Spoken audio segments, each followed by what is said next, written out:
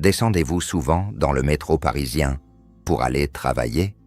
Et si je vous disais, preuves à l'appui, que la ligne que vous empruntez chaque matin n'a jamais été creusée par des ingénieurs du XXe siècle, mais qu'elle a été tout simplement déterrée des entrailles d'une civilisation engloutie. Oubliez immédiatement les images d'Épinal et les récits rassurants de vos manuels scolaires, montrant de courageux ouvriers maniant la pioche à la lueur des bougies.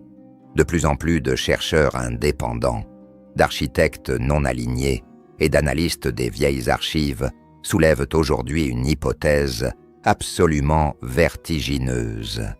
Le vaste réseau souterrain de Paris, avec ses voûtes colossales, en pierre de taille, son ingénierie parfaite et ses dimensions titanesques, appartiendrait en réalité à un ancien monde, un empire effacé de notre mémoire collective à la suite d'un cataclysme mondial. Bonjour, je suis Augustin, et après avoir passé des décennies à fouiller dans les dossiers classifiés et les sous-sols poussiéreux des bibliothèques européennes, il est temps pour moi de briser le silence. Aujourd'hui, nous n'allons pas seulement regarder l'histoire, nous allons la déterrer pour comprendre la plus grande supercherie de l'histoire de France. Nous devons remonter à la source du mythe, la fameuse restructuration de Paris par le baron Haussmann au milieu du XIXe siècle. La version officielle, celle que l'on vous répète en boucle, affirme qu'Haussmann a détruit le vieux Paris médiéval, prétendument insalubre et chaotique, pour apporter de l'air, de la lumière et de larges boulevards à la capitale. C'est une belle histoire de progrès, n'est-ce pas? Mais quand on observe les photographies de l'époque avec un œil critique, une réalité beaucoup plus sombre commence à émerger. Certains théoriciens de l'histoire alternative avancent que Haussmann n'était pas un bâtisseur visionnaire, mais plutôt le plus grand nettoyeur d'une opération de dissimulation à l'échelle nationale. Selon cette théorie troublante de la grande réinitialisation, ou Grand Reset, le monde venait de subir un événement catastrophique majeur, un déluge de boue mondiale que l'on appelle le Mud Flood.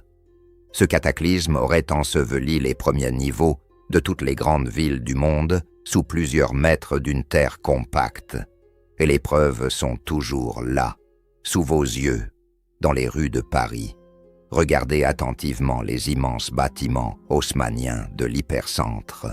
Avez-vous déjà remarqué ces portes massives qui semblent coupées en bas, ou ces immenses fenêtres de cave richement ornées, qui plongent directement dans les trottoirs en asphalte?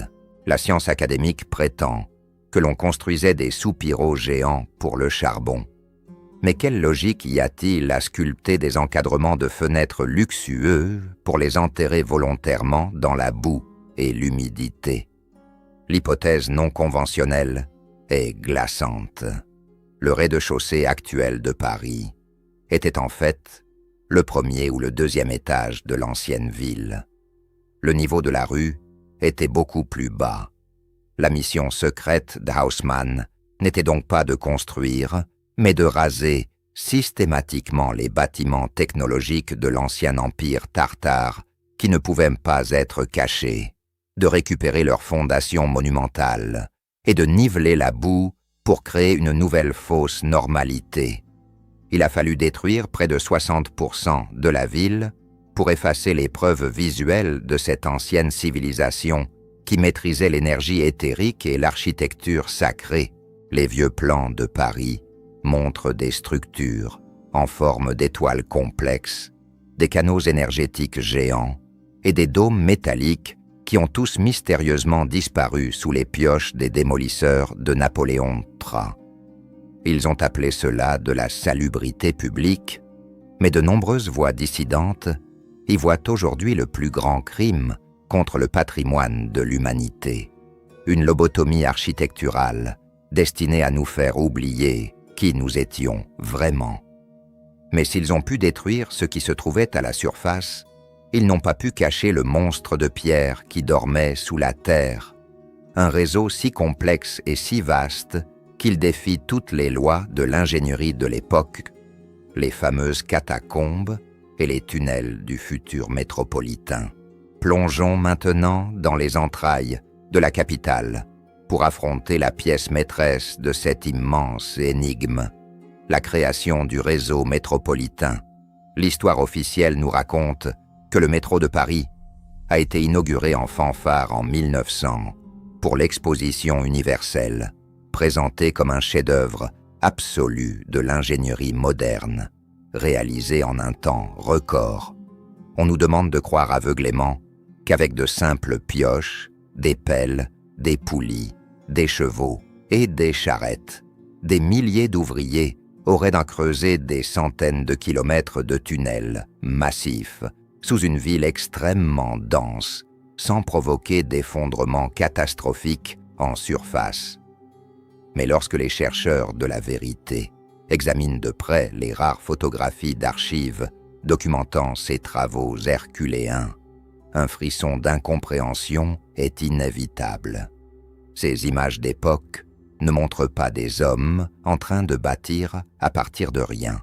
Elles montrent indéniablement des hommes en train de déblayer. C'est une différence fondamentale qui remet tout en question. Sur ces clichés sépia, on aperçoit clairement des ouvriers évacuant d'immenses quantités de boue et de gravats à l'intérieur de gigantesques voûtes en pierre de taille qui semblent déjà parfaitement formées et achevées. Posez-vous cette simple question de logique architecturale. Pourquoi des ingénieurs du XIXe siècle, pressés par le temps et soucieux de rentabilité, s'amuseraient-ils à tailler et à assembler des arches monumentales, d'une précision et d'une esthétique dignes des plus grandes cathédrales gothiques, pour ensuite les enfouir à jamais dans l'obscurité crasseuse des souterrains? L'hypothèse non conventionnelle, bien que profondément choquante pour l'esprit formaté, offre une explication techniquement et mathématiquement beaucoup plus cohérente, selon la théorie de la réinitialisation de l'histoire. Ce vaste réseau souterrain, tout comme ceux de Londres, de New York ou de Moscou, existait déjà depuis bien longtemps. Il s'agirait en réalité d'une infrastructure monumentale appartenant à l'empire mondial précédent, la Grande Tartarie, possiblement conçue pour des technologies de transport électromagnétique, la distribution d'énergie libre, ou même comme un gigantesque réseau de survie face aux cataclysmes cycliques. Les travaux titanesques, entrepris à la fin des années 1800, n'auraient consisté, en vérité, qu'à vider ces immenses tunnels de l'épaisse couche de terre qui les obstruait depuis le terrible grand déluge de boue. Les élites de la nouvelle ère n'ont eu qu'à déblayer les galeries, poser de basiques rails en acier sur le sol antique et s'attribuer le génie de cette découverte phénoménale. Les calculs modernes montrent d'ailleurs que le volume de terre prétendument extrait sous Paris aurait nécessité des millions de voyages en charrette, un trafic logistiquement impossible qui aurait totalement paralysé la ville pendant des décennies, ce dont aucune archive ne fait état de manière réaliste. L'ingénierie miraculeuse de la Belle Époque ne serait donc qu'une colossale opération de récupération et de dissimulation.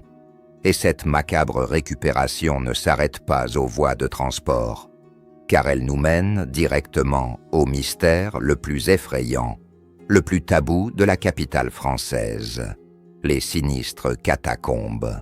Le récit académique nous assure que, pour de simples raisons d'hygiène publique, les autorités auraient vidé à la hâte les anciens cimetières de la ville, transportant les ossements de plus de 6 millions de Parisiens pour les entasser dans d'anciennes carrières de calcaire. Une logistique nocturne effarante, réalisée à la lueur des torches sur des kilomètres. Mais face à l'immensité de ce réseau obscur, qui s'étend sur près de 300 kilomètres sous nos pieds, un doute terrifiant émerge parmi les analystes indépendants. Et si ces millions d'os n'avaient jamais été soigneusement déplacés depuis les cimetières de surface? Et si ces squelettes innombrables étaient en réalité les victimes directes et foudroyées du cataclysme mondial du mud-flood. Les habitants de l'ancien monde, surpris et engloutis par la vague apocalyptique de boue et de destruction. Dans cette optique effrayante, les catacombes ne seraient pas d'anciennes carrières reconverties en ossuaires, mais bel et bien les niveaux inférieurs de l'ancienne cité, devenus brutalement le tombeau collectif et scellé d'une civilisation anéantie en un clin d'œil. La justification d'Haussmann et des cimetières débordants ne serait qu'une couverture macabre, une légende urbaine inventée de toutes pièces par le nouveau système pour expliquer la présence gênante de millions de cadavres sous les rues de la nouvelle capitale, dissimulant à jamais la véritable nature du génocide de la grande réinitialisation. Les galeries parfaitement symétriques et les renforts maçonnés avec une précision d'orfèvre sous la terre pointent inévitablement vers une architecture glorieuse préexistante. Une ville sous la ville que l'élite post-reset ou a préféré murer, remplir d'ossements et classer comme zone interdite au public, de peur que quelqu'un n'y découvre la vérité sur notre passé volé. Cette incroyable amnésie forcée culmine finalement dans la vitrine mondiale de ce nouvel empire occidental. La célèbre exposition universelle de 1900, censée célébrer la splendeur et la grandeur retrouvée de la nation française. Si vous avez déjà prêté attention aux rares images de l'époque qui échappent à la censure historique, vous n'avez pas pu manquer les proportions colossales, l'esthétique parfaite, presque divine, et l'architecture résolument antigravitationnelle des immenses pavillons et des dômes magnifiques érigés sur les bords de la Seine. On vous explique sérieusement que cette immense cité temporaire, brillante d'électricité avant même l'électrification totale du monde, a été construite de toutes pièces en un temps record par des artisans armés d'outils rudimentaires.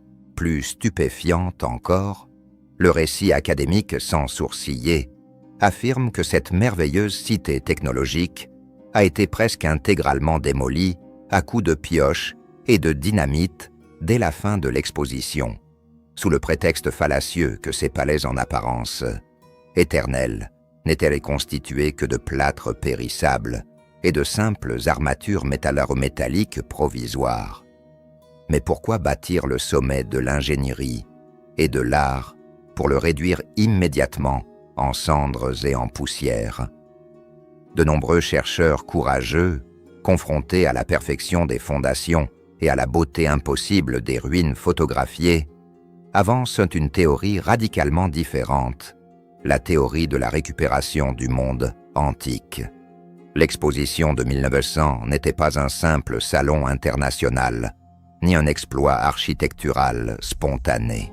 C'était la présentation triomphale et cynique des joyaux pillés de la Grande Tartarie, des édifices rescapés du mud-flood que les élites du Grand Reset avaient soigneusement déterrés, restaurés pour l'occasion, puis méthodiquement détruits afin que personne ne puisse jamais étudier leurs secrets technologiques ni comprendre leur véritable origine.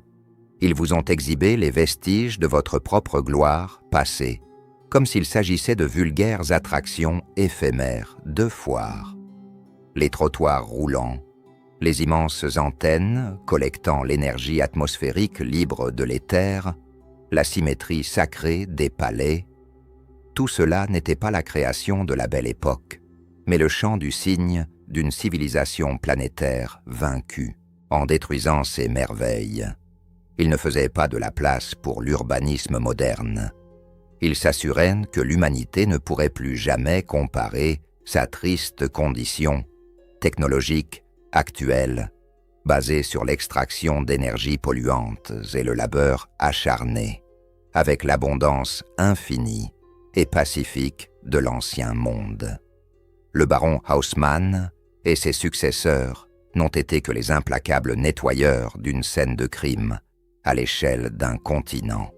Ils ont muré les sous-sols, baptisé les anciennes voies énergétiques métropolitains, rempli de cadavres les catacombes, rasé les palais électriques et tracé de grandes avenues rectilignes par-dessus nos véritables mémoires enfouies.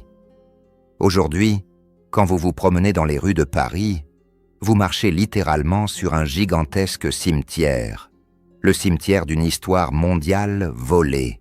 Ce monde ne vous appartient plus, car il a été redessiné par une poignée d'hommes de l'ombre au XIXe siècle, décidés à écrire l'histoire selon leurs propres règles.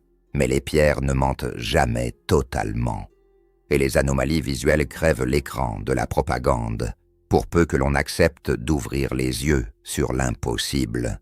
N'acceptez plus l'explication confortable des manuels scolaires et osez douter des récits que le système vous impose depuis l'enfance.